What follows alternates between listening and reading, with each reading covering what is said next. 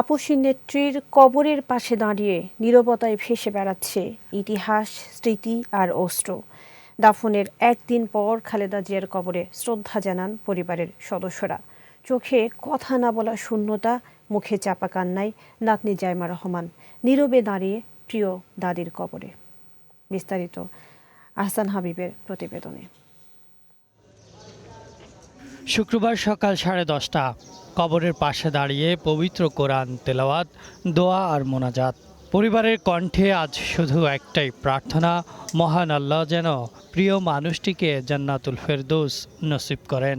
এই সময় উপস্থিত ছিলেন খালেদা জিয়ার নাতনি জাইমা রহমান, প্রয়াত আরাফাত রহমান কোকোর স্ত্রী শামিলা রহমান, মেয়ে জাহিয়া রহমান সহ পরিবারের ঘনিষ্ঠ স্বজনরা। প্রায় 20 মিনিট কবরের পাশে কাটে নিঃশব্দ সময়। শব্দহীন সেই মুহূর্ত যেন বলছিল, একটি পরিবার হারিয়েছে আপন মানুষকে, আর একটি জাতি হারিয়েছে তার ইতিহাসের এক অধ্যায়। পরিবারের সদস্যদের জিয়ারত শেষে বিএনপি নেতাকর্মী ও সাধারণ মানুষের ঢল নামে দোয়া এবং শ্রদ্ধা জানাতে। এই যে শূন্যতা, এইটা আমার মনে হয় না যে পূরণ হবে। গণতন্ত্রের পথে তিনি ছিলেন আমাদের দিশারি।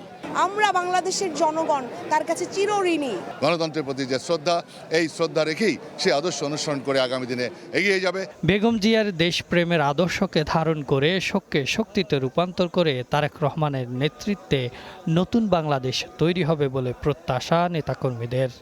উনি আদর্শ দিয়ে গেছেন দেশপ্রেম। আমরা মৃত্যুর আগ পর্যন্ত এটা কার্যকর করার জন্য আমরা চেষ্টা চালিয়ে যাব। দেশনেত্রী বেগম খালেদা জিয়ার যে আন্দোলন, তার যে আন্তরিকতা, সেটা আজকে ভাষায় প্রকাশ করা যাবে না। স্বদেশ প্রত্যাবর্তন দিবস থেকে শুরু করে দেশনেত্রী বেগম খালেদা জিয়ার যে জানাজা, আপনি দেখেছেন কিভাবে বাংলাদেশ ঐক্যবদ্ধ। সকল স্বাভাবিক মৃত্যুকে মেনে নেওয়া যায়, কিন্তু এই মৃত্যুটাকে মেনে নেওয়া কষ্ট সেই কারণে যিনি ওনাকে অযথাই অত্যাচার করে, অনাচার করে, বিনা চিকিৎসায় এইভাবেই ওনাকে আমাদের কাছে ছিনিয়ে নেওয়া হলো। মঙ্গলবার না ফেরার দেশে পাড়ি জমান আপোষহীন এই নেত্রী। বুধবার লক্ষ লক্ষ মানুষের অশ্রুসিক্ত ভালোবাসায় সম্পন্ন হয় জানাজা ও দাফন। Ahsan Habib, green news, Dhaka.